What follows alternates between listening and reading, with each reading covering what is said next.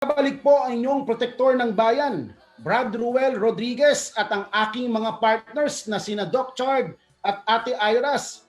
Ito pong topic natin na pag-uusapan ngayon talaga naman pong napaka-importante dahil likas po sa ating mga Pilipino ang mahilig tayo sa mga party at marami pong kapistahan tuwing summer season. Sa darating na linggo din po sana magtatapos yung enhanced community quarantine pero na-extend nga po, di po ba? Ngunit upang mapanatili po ang kaligtasan ng lahat, minarapat po na i-extend po ang ECQ gaya ng sabi ni Doc Chard kanina. Alam din po natin na mahalaga nating pag-usapan ang food safety in relation to COVID-19 pandemic. Ngayon po sa pagkain kapistahan, protektado ba ako? Kalinisan at kaligtasan ay makakasama po natin ang very successful food business founder and builder, Miss Annabel Jane Lichaitu Tangco from Bizu Group. Hi ma'am. Hi ma'am Annie. Hello.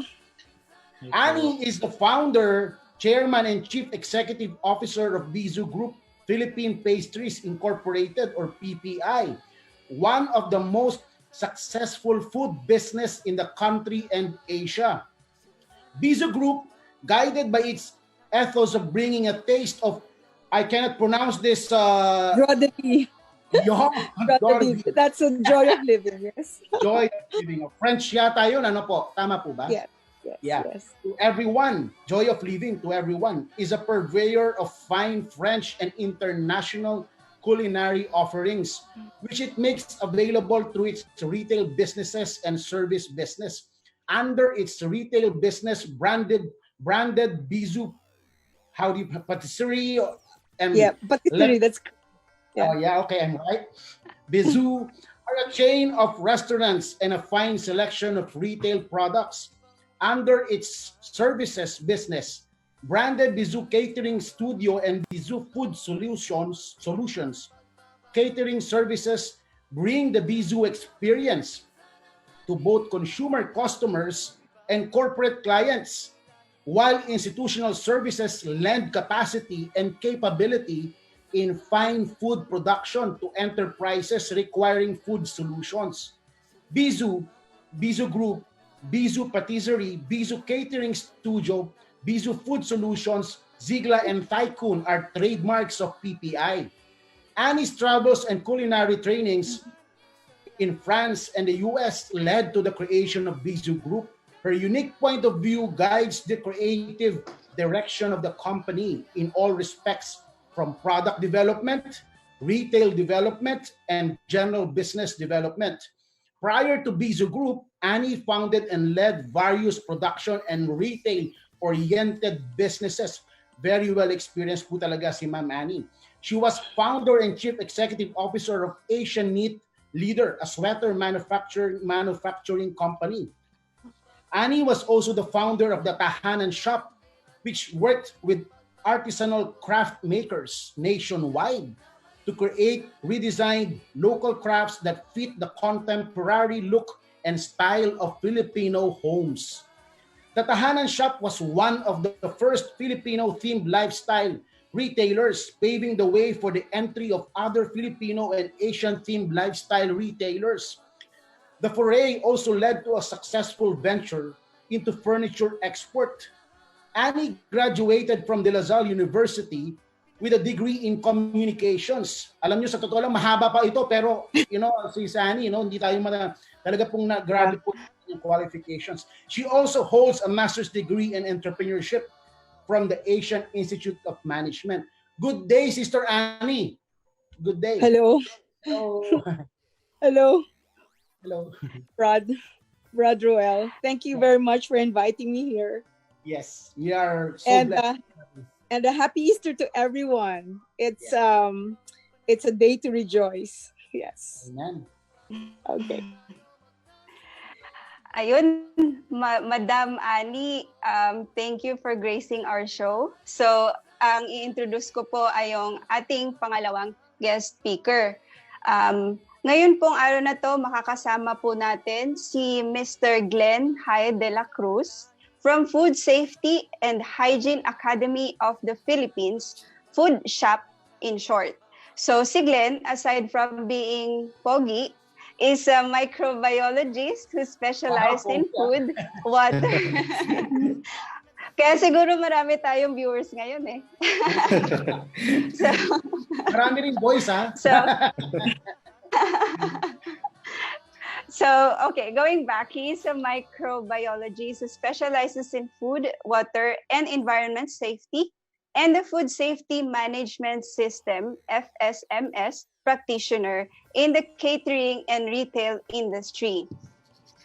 Glenn is a food and safety compliance officer for 10 years and has guided several private and government organizations in developing FSMS, GMP, HACCP, and food safety policies and procedures. Yung abbreviation na to, hindi ko alam, so mamaya tanong nyo na lang sa kanya anong ibig sabihin.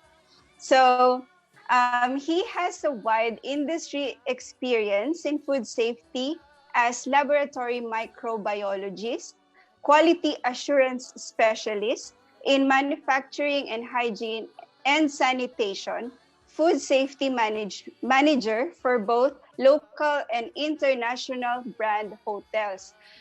Glenn is also a technical consultant to World Health Organization project on risk-based approach for food inspection and reporting in local government setting.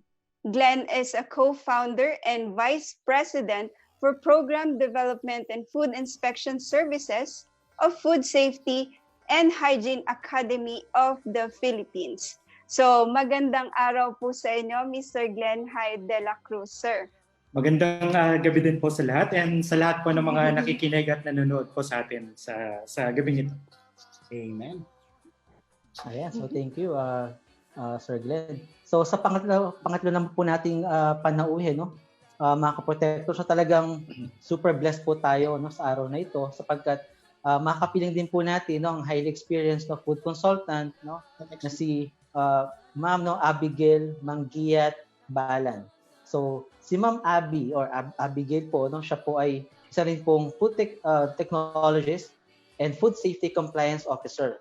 Si Ma'am Abby po has a solid knowledge, no, of the manufacturing of food, including research, product testing, process control, product planning, process operation, statistical quality control, experimental techniques, product development, and technical documentation gained through hands-on training, laboratory experience, and academia.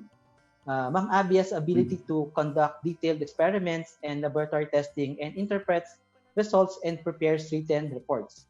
She is highly sought professor for more than two decades, teaching in the undergraduate and graduate schools in various universities such as De La Salle University, College of St. Benilde and Laguna Campus, University of Santo Tomas, and Acacia Waldorf School.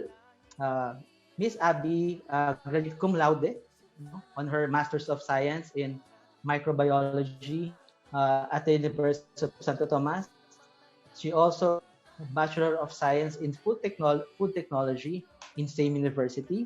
She ranked second on the voluntary examination for food technologists given by the Philippine Association of Food Technology Incorporated at the national level. So Miss Abby is currently taking her PhD in Biological Science at the University of Santo Tomas. So nakakapagod din po, no, yung mga qualification po ng ating mga speaker, no, for today. But really, no, really adore, no, all this continuous, no, it shows not love, no, what they were young us in your Miss. Yan. Hi, Ma'am Abby. Hi. Yon. Alam nyo, mga kaprotectors, ha, bago ko po itanong yung first na tanong ko, alam nyo po, sa totoo lang, nasa more than 200 na yata itong mga nag-send sa akin, no? Kaya hindi ko mababasa. Totoo talaga to. No, pero magbabasa ko konti. Roel Masayda, Rene Tubay, Leon Copistan, Elmer, nabagit ko na yan, Judy Magsino Rodriguez, tita ko yan. Sir Andy Turato ng Aboitis, Arnold Ibanez Munasque, Jojo Timtiman, and And mamaya na iba, no? Excited tayo doon sa tanong natin. Magandang araw po muli sa inyong lahat. In your perspective, how would you relate food to culture and expression of national identity for us Filipinos? Ma'am Annie and Ma'am Abby and Sir Glenn, siguro in that order, if that's okay. Sure. Okay. For culture kasi is the way of life of a certain people that lives in a certain place, right? So culture, you could see the food, the way they build their houses, the way their religion, the way they live. That's basically what culture is. Then food in the Philippine setting, food is a big part of our culture, right? And you could see the way celebration is a very big part of the Filipinos' way of life. Everything they celebrate, practically everything from your birthday to the wedding to some achievement that they made, guessing the baby's name, the baby's gender. Everything practically is being celebrated here in the Philippines. So that and the type of food that we have is really based on whether you're coming near you live near the sea or you live in the mountain, right? So depends on where you stay. The produce that comes out of there becomes the culture of the place. So the way they cook and even the pots and pans they use, that's really part of the culture. So it's culture is really culture, right? It's in any country. Even when you go to Japan, you see the way they do their food is different. The way when you go to Malaysia, you go to Indonesia, even the near our neighboring countries. So food is one of the And thank you, main. Ma'am Annie. Thank you. Yes. It's part of our way of life ang food, no? Yeah. Oh, Miss, Yes. thank you, Ma'am Annie. Yeah. Thank you. Ma'am Abby. Hi, good evening and happy Easter to all. For me naman, one of the factors that defines our culture is the way on how we prepare our food, how we eat. Like for example, di ba sabi natin, ay taga Bicol yan. Kasi alam natin na pag taga Bicol ka, gustong-gusto mo yung maaanghang. Gusto mo yung may mga gata. Pag mahilig ka naman sa gulay, mga pakbet, ay taga Northern Tagalog yan. Mga Ilocano, mahilig dyan. At pag sinabi mo naman, gusto ko yung sati. Pero yung iba sa inyo, hindi natin alam kung ano yung sati. Lalo na yung taga Luzon. Kasi I grew up in Basilan. Pag sinabi namin yung sati, isa yan sa mga favorite food ng mga Muslim. So, napakalaki ng nagagawa nung ano natin. And then, ang isa pa, masasabi natin na ang mga Pilipino talaga ay mahilig kumain. At saka masasarap yung mga pagkain natin. Thank you, Miss Abby. Wow! Talaga nag-walk through tayo sa different parts of our country. Thank you po. Sir Glenn. Okay, so magandang araw po sa lahat. For me naman kasi, Filipinos kasi we can consider as a foodies. So mahilig po tayong kumain. Okay? So dahil po sa iba't ibang lugar, sabi nga po ni Ma'am Abby kanina, makikita natin yung iba't ibang pagkain sa iba't ibang lugar. Mako-consider din po natin na nag-iiba-iba din yung mga ginagamit nilang raw materials, ingredients as representation nga ng culture na tinatawag natin. Okay? And masasabi din po medyo in favor lang ako sa food safety talaga, no? As we have changes kasi sa mga raw materials or especially on the way we prepare our mga food, so mas tumataas din po yung risk ng pagkakaroon natin din ng yung mga tinatawag nating non-communicable diseases like hypertension, diabetes, and cancer po. So habang nagbabago po the way we prepare food, so sa different areas po, halimbawa dito sa Pilipinas, mas tumataas po yung chance natin ngayon. And especially yung tinatawag nating food poisoning po because of changes din po sa mga paraan ng paghahanda natin ng pagkain. The reason why napakaganda ng topic natin ngayon kasi we need to be educated talaga, aware on how we prepare our food na safe. since tayo lahat mahilig po tayong kumain. Kumain na po ba ang lahat bago yung session natin na to? Nagutom na nga ako eh. Or mamaya na po tayo kumain? Wala pa. Salamat. Wala. Thank you po sa inyong mga kasagutan. So, medyo related dun yung next question ko. But before that, gusto ko sanang i-remind yung mga binabate ni Brad Roel kanina na pwede po tayong mag-chat ngayon, pwede po kayong mag-comment para to take the opportunity to ask whatever you want to ask sa ating mga guest speakers.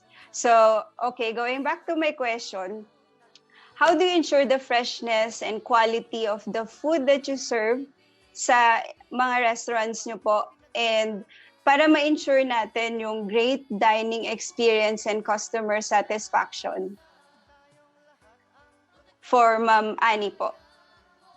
Okay, in Bizu, we have a certain value that we teach, that we instill in all of our employees, especially the food handlers and the managers, everyone in the company. And this is respect, the value of respect. So Wow. so with this value of respect in your mind and heart, we the way we handle food is with respect. That's why even we purchase food, we look at it, we look at the source, we check on the quality of the source before we churn out, before we even cook the food, for our customers. And respect goes beyond. Goes everywhere, even the way we treat our customers, and even the way we think. We think like, if we're going to do a product dev for a certain, let's say, bread, because we respect our customers, we want to give them the best quality bread, the best tasting bread, or even let's say our pasta dishes, or anything that we create. Wow. It's always out of Gutom na ako, Miss Annie. Yes. Thank you. So that's the underlying value that we instill in everybody in the company. So with that in mind, everything follows that. Yes, ako magte-testimony ako diyan kasi isa kami sa laging kumakain sa Happy Garden kasi yung Power Morning doon natin ginaganap, talagang napakasarap at masasaya yung kanilang mga staff, no? They're always serving with a smile. I agree with that. Opo, salamat po. Alam ko po meron kang sunod na tanong, Mama Ate Annie. Sumisingit ako. Thank you, Miss Annie. Oo nga. No, it's okay. Gaya na sabi mo, respect begets respect, diba? So, you treat people with respect and people will respect you in return and the product you're selling. So, that's really, really nice sharing po, Ma'am Annie. So, my next question naman po, this is for Sir Glenn and Ma'am Abby. So, kindly walk us through on the process of food production, a process that somehow makaka-relate ang ating mga kababayan at kaprotectors na nanonood sa atin ngayon. So, yung paano po ba yung production process? Kahit na high level na lang po. Ladies first po, Miss Abby. Para sa akin, pag sinabi kasi nating production, kasi mas gusto ko yung sa level ng mga viewers natin na maiintindihan nila. For example, kasi bilang isang magulang, bilang isang nanay, paano ko ba pine-prepare? Paano ko ba pine-prepare o hina-handle yung food sa bahay? So, pag sinabi natin yung process of production, so nandyan yung pagbili natin, pag-purchase natin ng mga raw materials, ng mga ingredients. Pagkatapos, ano bang gagawin natin dyan? So, we are going to store. So, bago natin i-store, syempre may mga dapat tayong gawin, huhugasan natin, babalutin natin. So, yung storage, and then we have what? After the storage, we have the preparation, and then saka natin lulutuin. And then, pagkatapos natin lutuin, so minsan pinapalamig muna natin, or hindi kaya we're going to hold the food at its right temperature, kung kailangan bang i-maintain niya na dapat mainit o dapat malamig. Kasi yan ang natutunan ko kay Sir Glenn nung umattend ako nung training food safety. And then also, Wow. after holding, so kailangan natin i-consider din yung temperatura. Kasi syempre sasabihin natin, wala tayong pakialam sa bahay, di ba sir? Kasi pag nag-prepare tayo ng food, for example, lalo na pag nagluto tayo ng kanin, pag hindi po natin naubos, ano po yung usually na ginagawa natin? Iniiwan lang natin at room temp. So, yung part na yon, kailangan din natin i-consider yung temperature. So, kung hindi mauubos, yung next natin gagawin is to store the food at right temperature. So, depende yon kung paano natin i-handle yung pagkain para maprotektahan natin yung family. So, yun yung mga proseso na pwede nating sundin. Thank you po, Sir Glenn. Okay, so nag-agree ako kay Miss Abby sa mga na-mention niya. Actually, magkakilala na kami ni Miss Abby. So, nagkasama kami sa isang training. Okay? So, for us to understand lang, when we say food production kasi, this is something that we need to consider yung different sectors. So, we need to start with our primary production. So, napakahalaga po nun. When we say primary production kasi, kung saan natin tinatanim yung mga prutas at gulay natin, or kung saan natin nire-raise yung animals for food. So something that we need to consider then kasi mamaya i-connect natin to kung bakit dun dapat nag-i-start ng food safety. Okay? Then second po, meron din tayong tinatawag na like producing a food in a closed environment of manufacturing industry. So sa manufacturing naman po, sobrang halaga po ng role ng dalawang sector na yon, especially now po, yung na-experience natin pandemic. Say for example, manufacturing industry now, they're producing yung mga processed food na alam naman po ng lahat yun yung nakakatulong sa atin sa pang-araw-araw po natin ngayon na naka-community quarantine tayo. And the last part po, related sa na-mention ni Ms. Abby, yung catering and retail. So any establishment with a kitchen, this may include yung mga restaurant, yung mga fast food, sa mga food court natin, and retail establishment. And maging sa bahay. So yun po yung production natin, meaning to say from the source or the farm to our table, yung kakainin na po natin. Okay, so yun po yung overall ng food production na tinatawag na. Wow, salamat po. Ayun, sige po, no. So yung sa akin naman po, no, ito, follow-up question na rin po kasi nabanggit na po yung food safety kanina, no, ni Sir Glenn. So sa ating mga panauhin po, no.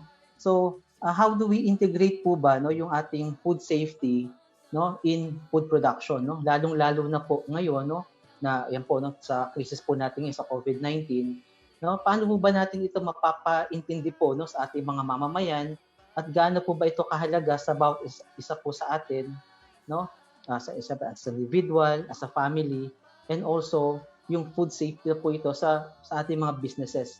So can we hear it, no, from Miss Annie, Miss Abby, and then Sir Glenn, no, in order. Miss Annie. Okay, thank you very much. Food safety and sanitation is really part of food manufacturing. Like even in our restaurants or even in our commissary, we practice that strictly because we get audited. They look at our facilities, and food safety and sanitation is a protection for both the customer and for the people working. You have to take into consideration the equipments and the space that you use for the production. Okay, that's for the business side. I'm just gonna share my experience about it, being a retailer and a businesswoman, because the technicalities, I think Mr. De La Cruz and Ms. Balan would probably say more about it. Absolutely. And one thing is for the family, something that we can do for our own food safety is like the kinds of pots and pans that you use. Maybe you could probably use stainless steel pots and pans rather than aluminum pots. And maybe they could learn how to use different chopping boards, like one chopping board for chicken, another one for meats, and another one for vegetables and fruits. And in our homes, we normally some homes have, they call it the dirty kitchen and the clean kitchen, right?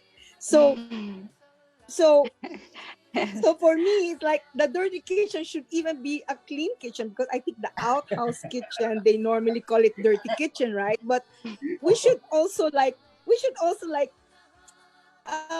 do it in such a way na you just don't, you just don't leave the dirty stuff out there, because if your environment is dirty, it's going to affect your house, and how you eat how you the sanitation of your food, right? Example is, sometimes when we go catering, and we always do an ocular, and a lot of times I notice that when the owners build their house, the kitchen is the least, um it's like they don't pay attention to the kitchen so much, the crevices, the tiles they use, or the tables they use, because ay, kusina lang yan eh. So, and then they bring us to the dirty kitchen, and we go, no, this can't work. We have to even set up our own tent and put our stainless steels inside our pots and pans, so that we can serve our customers in the right way. Okay, so I think when people build their houses, they have to really think about the kitchen, because that's where the food comes in, and food it relates to your health. Yes. If you eat good food, then you're Mhm. healthy. But and and I think the health of a person comes from what they put in their mouth. So when you Mhm. put in really bad food, like poisonous food, you get sick. So, or when you like what Miss Balan was saying, the temperature of the food that you eat is really very important. Like when you cook the food, you eat it right away. But if you think you're not going to eat the food right away, you have to put it in the ref, not just leave it out in the table for 5 hours and come home and eat it, right? So a lot of the food safety should be taught to household people, to the family, so that you could take care of your families better. That's just my take Wow. on food safety. Wow. Thank you. Thank you. Yeah. Yeah, thank you po, Miss Annie. Miss Abby? Yeah. For me, I agree with Miss Danko, when she said that food safety relates to health.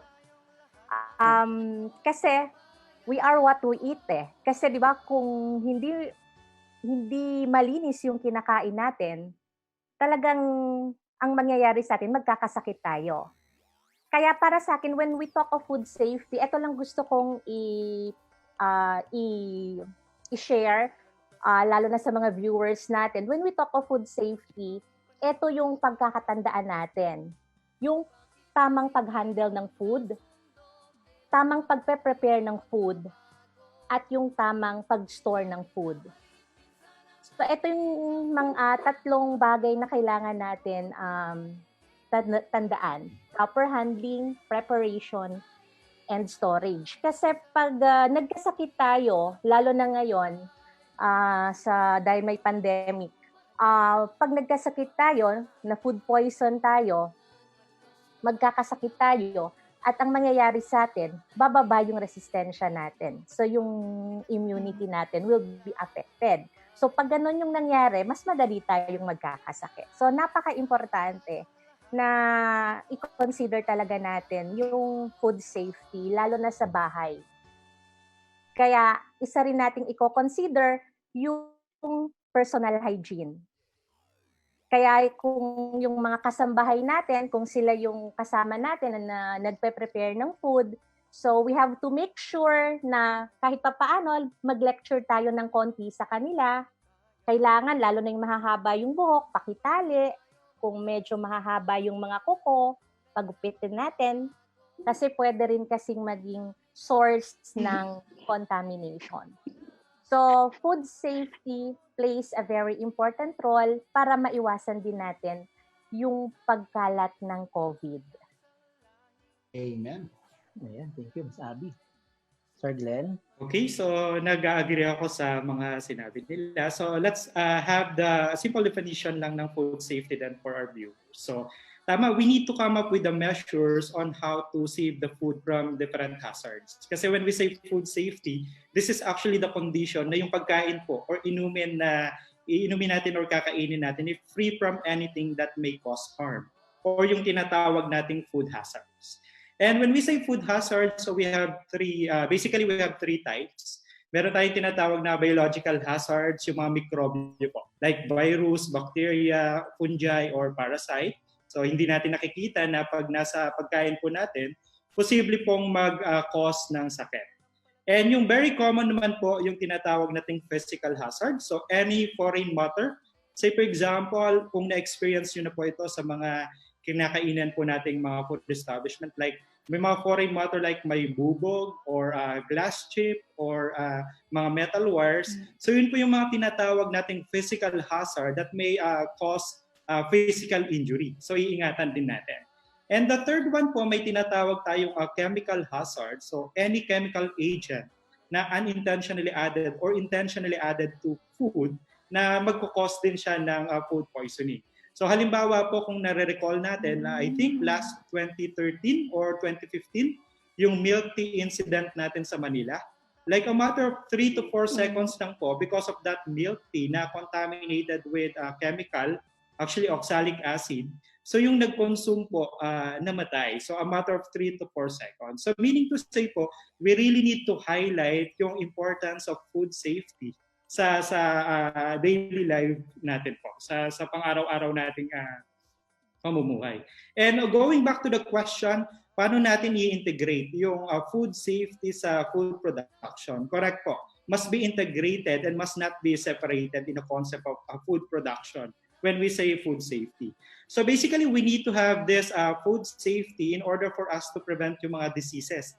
Especially po ngayon, mahirap po magkasakit. So pag nagkasakit tayo, baka wala pa po tayong hospital na mapuntahan or walang tatanggap sa ating hospital because of yung na-experience natin ngayon.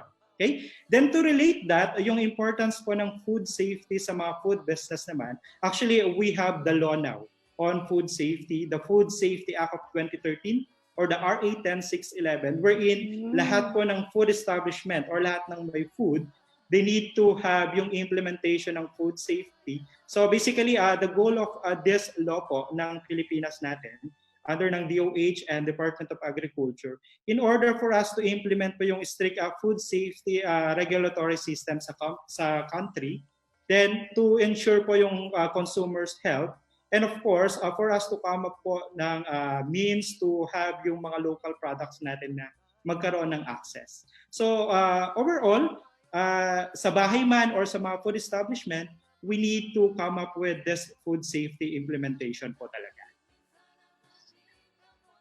Wow, grabe. Thank you po. Thank you. Information. Alam niyo po, meron po nag-message sa akin dito. Nagtatanong sila kung meron bang part 2 to. Tatanungin ko po yung ating mga speakers mamaya. Mukhang magre-request ako ng part 2 talaga kasi talagang maraming dapat pag-usapan, ano? Ma'am, I'm not putting on the spot, Ma'am Annie and Sir Glenn. Pero magme-message po kami sa inyo. Mukhang magpapa-part 2 tayo nito.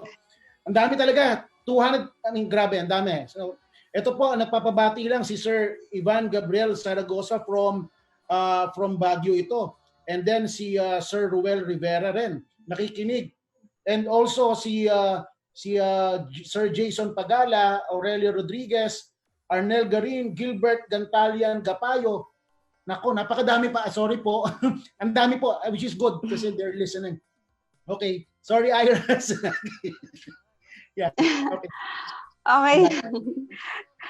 So, yung takeaway ko is for Miss Abby and Miss Annie, you are what you eat. Hindi lang tayo dapat mag-focus sa pagkain itself, but the process of preparing it. Tama bang malinis ba yung ginamit nating kutsilo to slice it? Malinis ba yung ginamit nating chopping board, correct? So, doon naman sa sinabi ni Sir Glenn, so yung nagtumatak sa akin is yung types, para din siyang apoy na may bio, may physical and chemical. So, it should be integrated. And maganda po talaga tong natin kasi naiintindihan ngayon ng mga Pinoy kung paano po ba talaga mag-protect ng food. Kasi ngayon, we are just stocking up. Yung iba, yung sinaing ngayon, bukas sinangag na siya. So, tama pa ba yun? Siyempre, okay pa rin siya as long as it is stored in a safe and right temperature. So, yun yung takeaway ko. For the next yung question Ate Iras, yung yes dirty po. kitchen, gawing clean kitchen na rin. Dirty kitchen lang yung tawag, pero dapat malinis pa rin siya kasi okay. So, ayun, given that meron tayong prevention is better than cure, pero just in case, hopefully not naman, yung mga nagkaroon po ng papakita ng symptoms ng food poisoning ngayon, so ano po ba yung pwede nating gawin? Ano ba yung pwede nating itulong? Kasi nga, di ba, hospitals are very limited na ngayon. Tapos, ano po ba yung common sanhi ng food poisoning aside from what was given? Tapos, ganun din po sa pagdating sa diseases ng COVID-19 brought about by the food, what people eat. So, ito yung punot dulo na sinasabi nila bakit nagkaroon ng COVID-19 is yung mga nagmula po sa Wuhan, China, kumain po ng paniki. So, or bats. So, ano po yung masasabi nyo dito? So, repeat ko lang, question about just prevention. And the next is, what's your take about the yung COVID-19? So, let's start na lang with Miss Annie. Okay, what I've read in the social medias, it's really not the bat, but it's really a lot of people blaming this and blaming that, right? It could be the G5, it could be the bat, it could be anything, right? So I will just leave that to the professionals and the investigators to really investigate what it is. But so far, what I know is food cannot I don't think food, if it's properly made, will not cause COVID-19. It would not make you have that flu, right? The COVID-19. And I don't know, maybe it's just when people are not I think before you even consume anything, you've got to be like, look at it, smell it, look at even the physical appearance of the food. You would know whether it's fresh or not, right? Even the smell, you say, maasim na to, hindi na to pwedeng kainin, right? It's really your own common sense and your own you got to protect your own body, you got to protect yourself. So before you put any, like even the delata, you've got to look at the label and look at the expiration date. That's very important, right? And just little things that you have to watch out, so that to protect yourself from getting sick. Thank you po. How about Miss Abby? Regarding doon sa bats na sinasabi nila na there's a possibility na pwedeng manggaling sa animals kasi 'di ba even before naman like yung mga bird flu, so they were able to discover na nanggaling din pala sa mga animals din. Pero it's not yet confirmed kung talagang sa bats. So just like Miss Tangko, hindi ko na masyadong sasagutin yung tanong na yon kasi I'm not an expert on that. But regarding doon sa food poisoning, yung symptoms. So sa akin kasi, katulad kunyari yung mga viewers natin na mga ordinary parents or mothers, hindi naman talaga nila alam ano ba ang symptoms, ano ba ang food poisoning.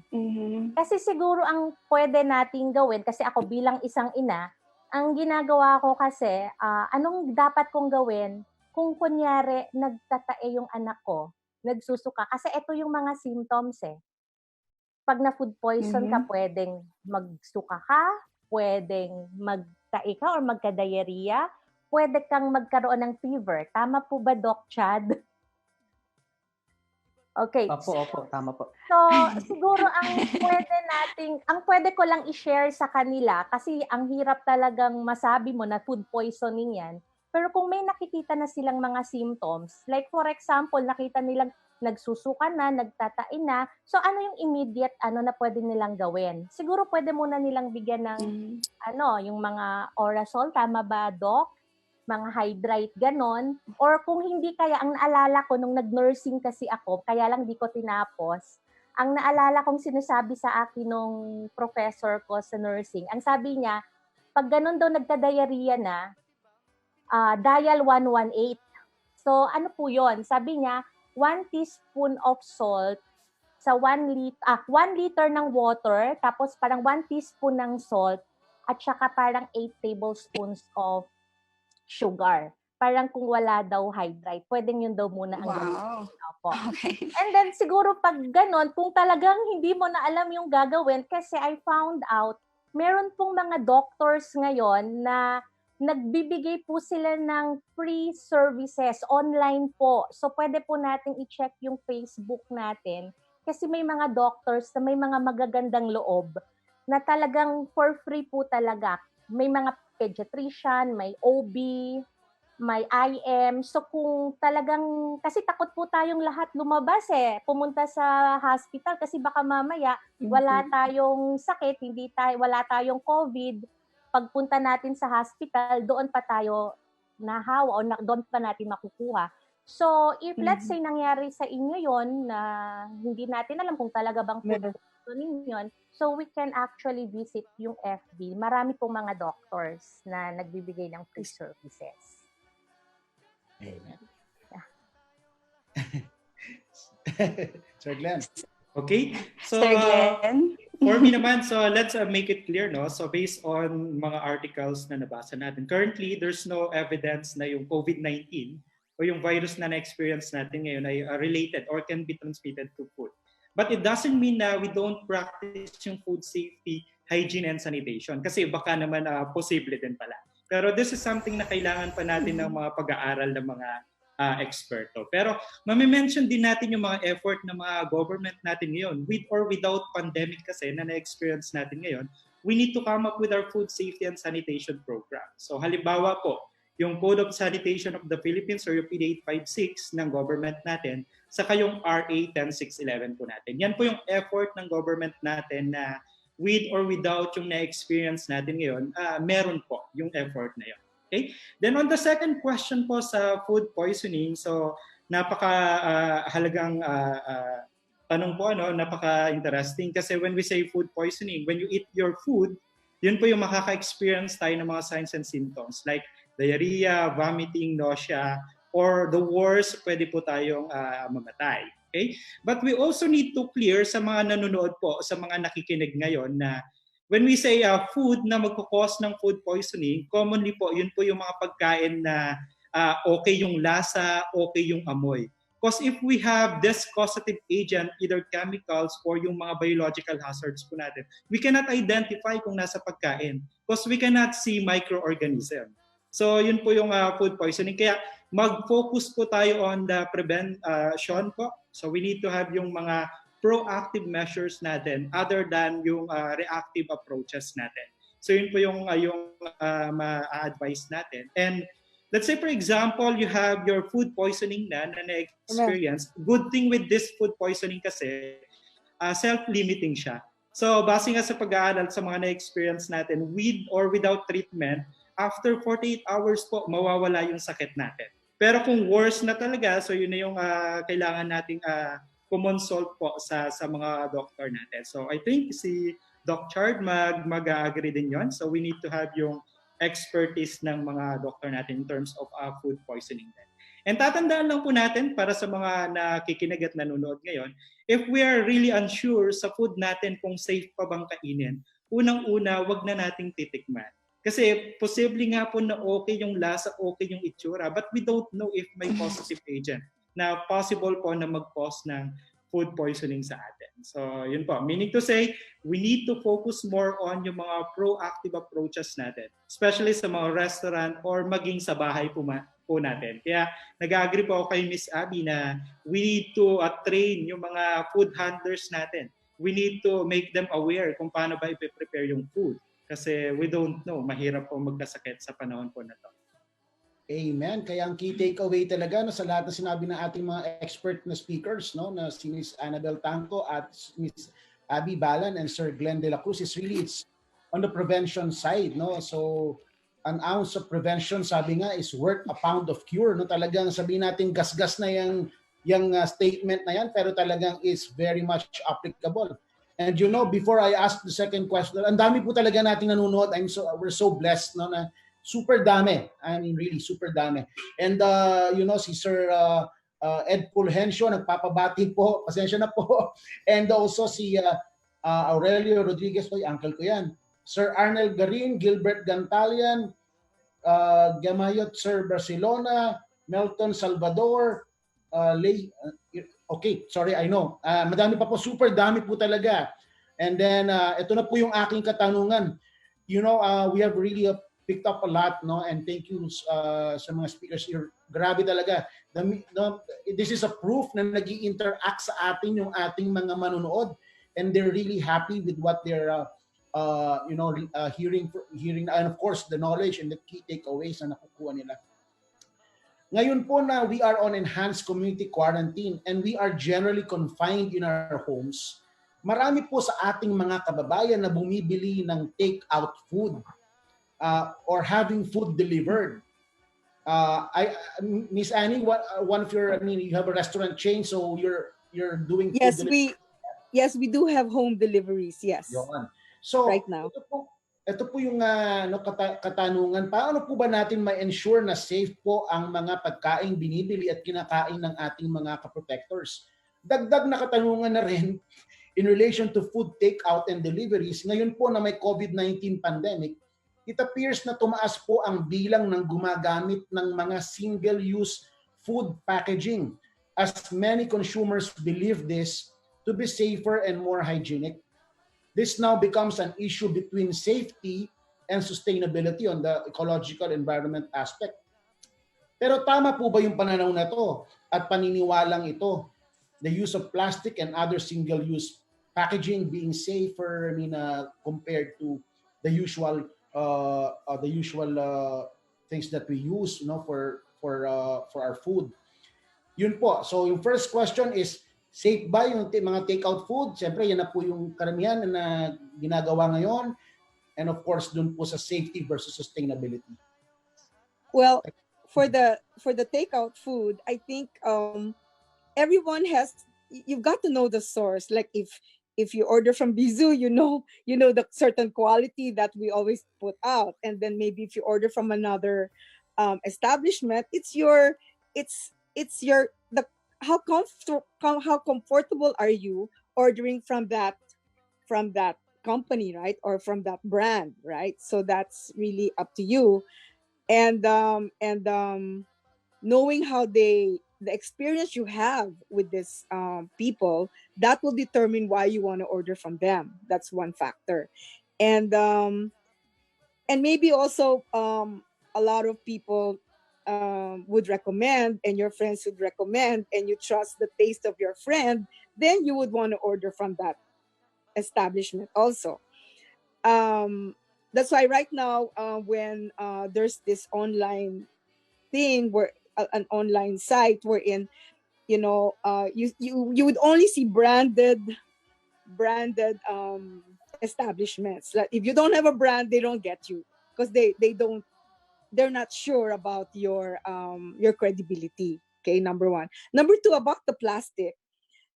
When you're talking about hot food, or let's say food with sauces, it's very just logical and practical to use the plastic takeaway plastic containers to put the food and deliver them safely. What happens there is sometimes people heat the food with the plastic.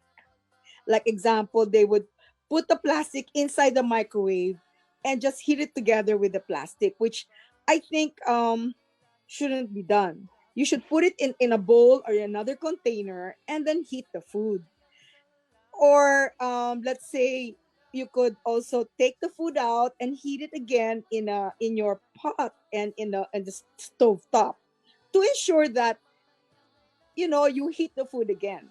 So that's what this part of food safety for the families and for the people listening.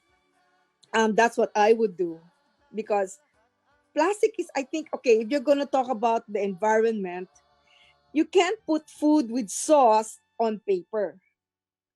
It's unless it's a special paper that has a coating or something. But if you're going to deliver something with sauce, it's got to be with a plastic container or something.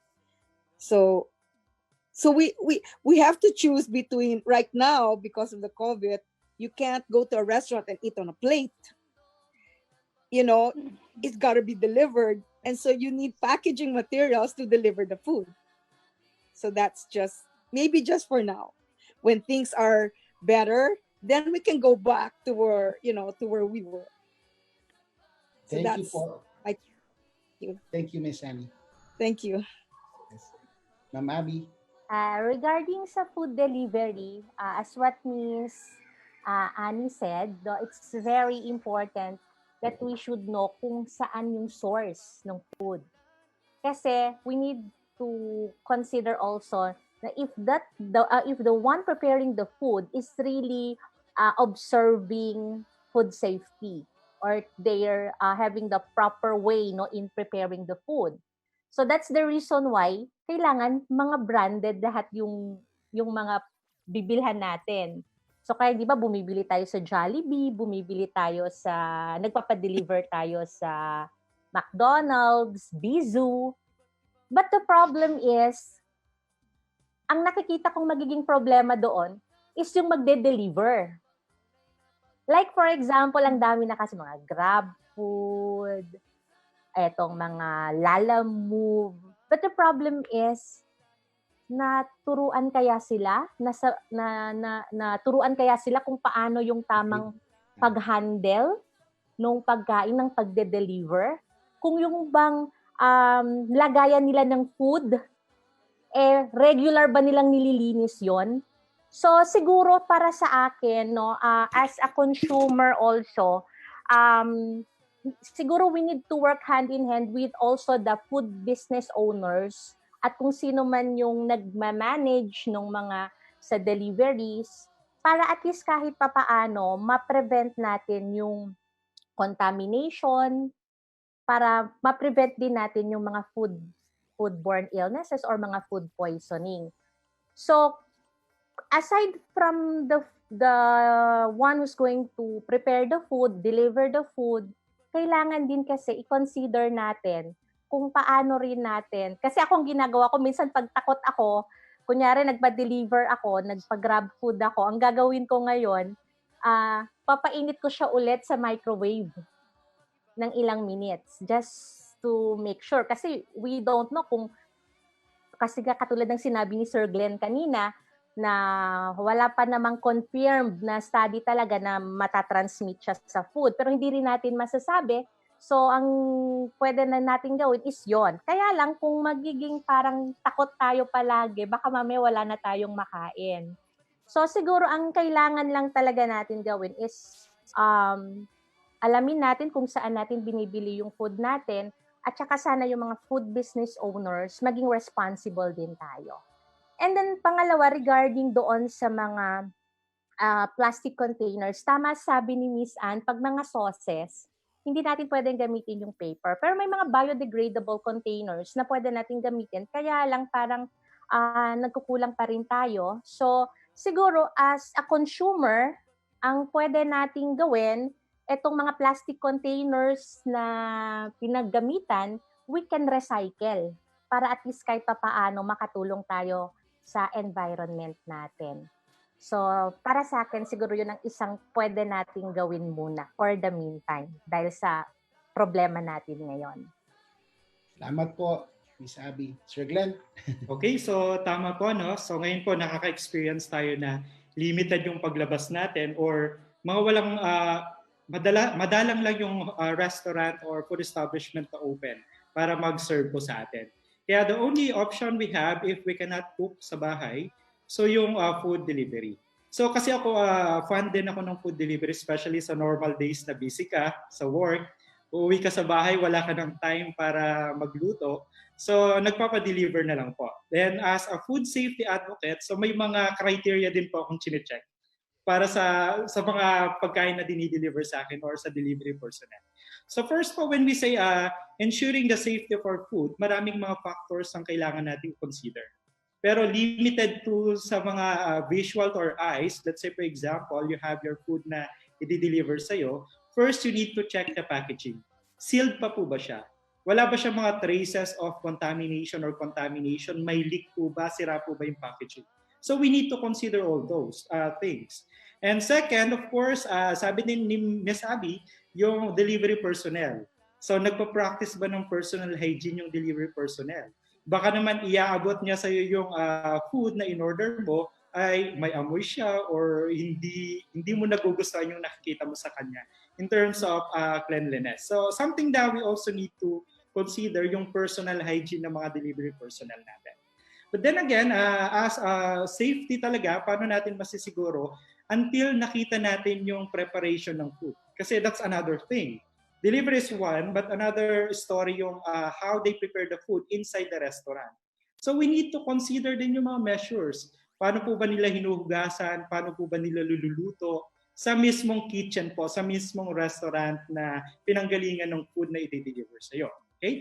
So we need to, ano lang siguro, share lang with our food establishment din po na nakikinig ngayon. First, we need to ensure that we have our sanitary permit. So that's one of the requirement po sa LGU natin based on the Code of Sanitation of the Philippines. And of course, we need to ensure na lahat ng mga food handlers natin ay merong training din. They know exactly not only on how to prepare food, but how to prepare it safe for human consumption. Kasi that's our legal and moral responsibility then if we are operating food business. So yun yung mga consideration natin. And of course, dapat fit to work din po yung mga food handlers natin. The reason why, if you're operating a food establishment, you need to come up with yung monitoring ng mga staff mo. Pag may mga sakit po sila, better na wag na lang po natin silang i-allow to handle food or to prepare food.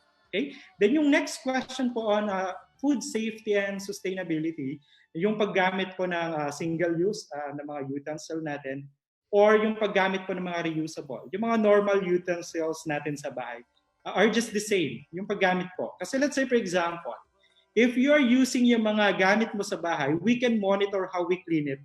So nakikita po natin kung paano natin nililinis or paano natin sinasanitize. Pero if we have, let's say for example, a packaging from outside, we don't know kung malinis. And hindi kasi natin makikita kung may mikrobyo. So yun yung concern natin. And on sustainability, if let's say for example, you have your packaging material na paper naman, so that's good naman din, allowed. But if it is yung mga takeaway container natin na plastic, and yun yung hindi po friendly sa environment natin. Okay? So yun. Thank you. Alam ko po si Doc Chard ay mayroong panghuling katanungan, no, pero just the key takeaway there is yung source, no. Make sure po mga ka-protectors na yung ating source ay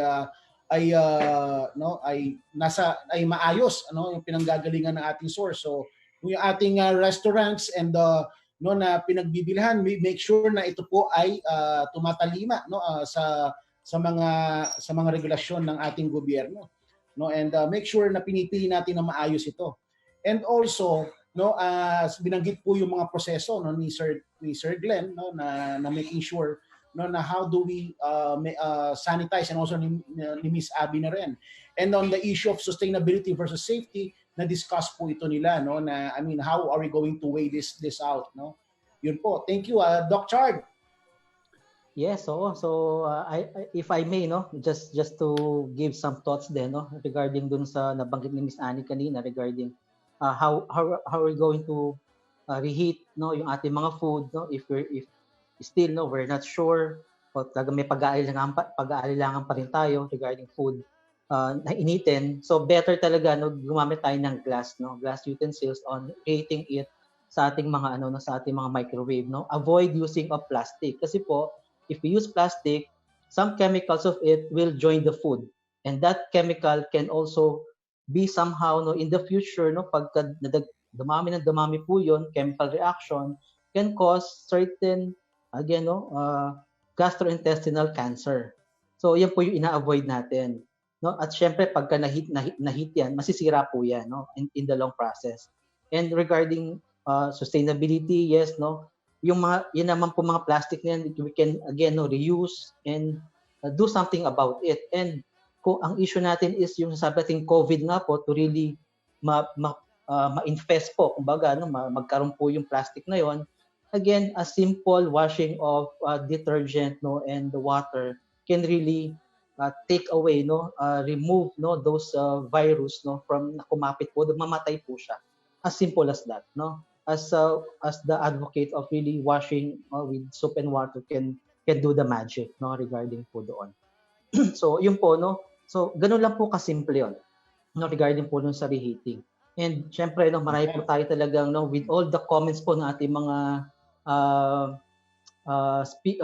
guest talagang wow, all those tips talagang nakakatuwa po na ma-share po natin sa mga televiewers po natin and hearing this telecast, So siguro po yung sa akin pong sabi nga dahil pa tayong tanong pero siguro dapat na nating i-wrap up, final statement po sa ating pong mga guest speaker from yung po Miss Annie, Miss Abby and Sir Glenn, ano po yung pwede natin pong i-advise on how are we going to ensure po and maintain yung ating food safety, our food safe and clean in our homes, most especially po yan po talagang lahat po tayo sa bahay ngayon na yung ating pong preparation ng food and yung ating leftover po is really safe for consumption. So tapos pag nasagot nyo po na yun pwede na po kayo siguro po mag-greet po sa ating mga loved ones, friends and colleagues. Ang daming tanong Oo, talagang after your statement po. So we'll start again po with Miss Annie. Okay, thank you very much. For me, food is one of the basic necessities that we need, and food is the thing that makes us live. Without food, we're gonna die, right? So we have to give a lot of importance in how we handle our food and the quality of the food, and because food can make us sick or it can also make us well. So that's why it's very good that we discussed a lot about food safety. And should you want to know more, I think there's a lot of articles in the internet that you can read about food safety. So just in case you want to know already, so you can go there. So that's, and just want to do a plug. You could go to shop.bizupatisserie.com if you want to order anything from us. Amen. Thank you very much. Yeah, thank you po. Sabi. For me, if you want to prevent yung mga ganitong mga illnesses, especially at home, kasi what I usually do, like for example, if I have mga leftover, lalo na yung rice, pag may natira yan, diretso sa ref yan. Kasi alam natin na pag iniwan natin sa room temperature yung pagkain natin, nagmumultiply yung mga microorganisms. Kaya nga sabi nga ni Sir Glenn sa lecture namin before, sabi nga niya na kailangan hanggang 2 hours lang yung pagkain at room temp. Pag lumampas na yan sa 2 hours, you have to discard it. Kasi delikado na. So, ang pwede natin gawin, siguro ang pinakamagandang natin gawin sa bahay, pag naluto na yung pagkain, kainin na natin kaagad. Huwag na natin iwan pa sa mesa ng matagal, ng 2 oras, 3 oras. So, at isa pa, ang pwede ko ring i-suggest sa pagpe-prepare ng food, kunyari, pag yung pagkain natin, for example, for lunch, siguro prepare na lang tayo enough para sa lunch natin, para hindi wala na tayong leftover. Para sigurado natin nakain na natin kaagad. Kasi ang nagiging problem kasi natin, tinatamad na tayong magluto. So magluluto na tayo hanggang dinner na natin. Tapos hindi naman natin na ilalagay sa loob ng ref natin, hindi natin na i-store. And also, kailangan din natin i-consider yung proper preparation ng food natin. So, yung source, yung pinanggalingan, paano natin i-prepare, sino ang nagpe-prepare, kung alam ba nila yung kasambahay natin, alam ba nila yung tamang pagpe-prepare, at paano yung storage ng food natin. So, that's all, and thank you for inviting me. And I would like to greet all my relatives and friends in Florida and also in UAE, and also my friends also in Basilan. Happy Easter. Thank you. Thank you po, Miss Abby. Sir Glenn. Okay, so parang napakabilis po ng oras natin. Okay, so let me end with this saying po na when we say food safety, this is both our right and a responsibility. So meaning to say, lahat tayo ng consumer or tayo man po ay nag-ooperate ng mga food establishment, we always need to consider yung dance factor. So let's say for example, dapat na-enjoy natin yung mga kinakain natin. So delicious dapat siya. Then of course, affordable, nutritious, and of course, we need to consider yung safety. Dapat safe din po na pagkakainin natin, hindi tayo magkakasakit.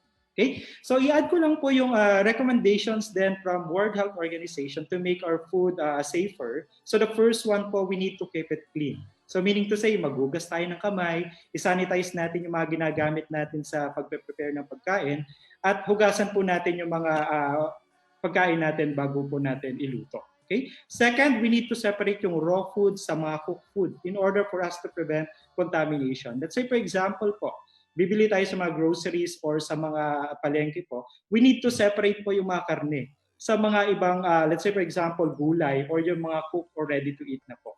Para maiwasan po natin yung cross-contamination na possible po na mag-cause ng food poisoning.